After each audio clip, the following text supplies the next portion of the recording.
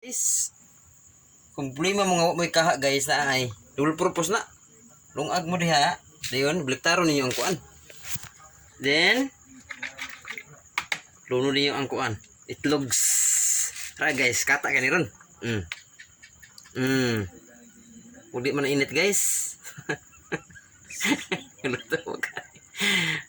Tuloy na to luto mo guys kay double purpose na. Wala may kaha na idea eh. Oh, paunok na siya.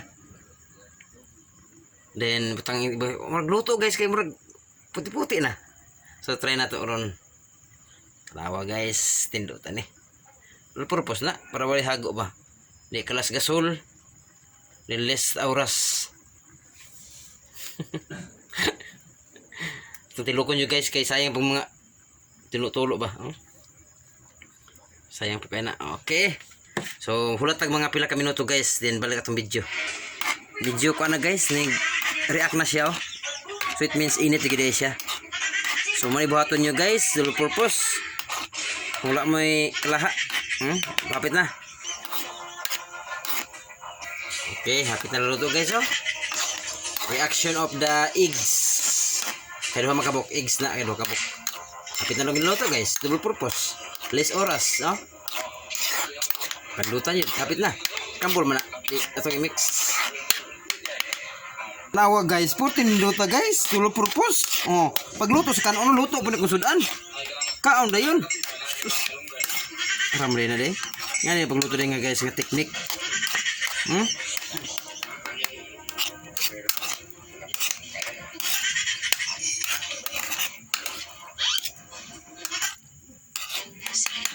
Hapit na guys. Hapit na luto.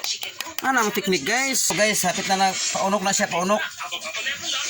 Oh, pasensya sa mga kaldero guys, kaya wala ginalib din busy. Oh, luto na hapit.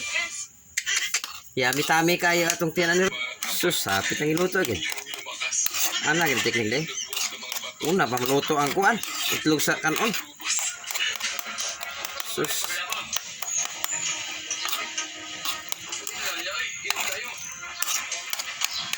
Ada yung teknik dia dia.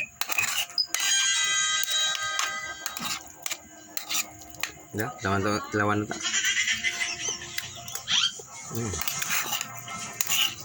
Uga po ni kasi ngani oh. Sabasa pa. Luto na guys. Bertuha unon. Kurang medyo pa didayon. Luto na guys. Sus. Luto guys siya guys. So double purpose. Double purpose atong ibuhat para dali na magkakaon kay gutom na kayo.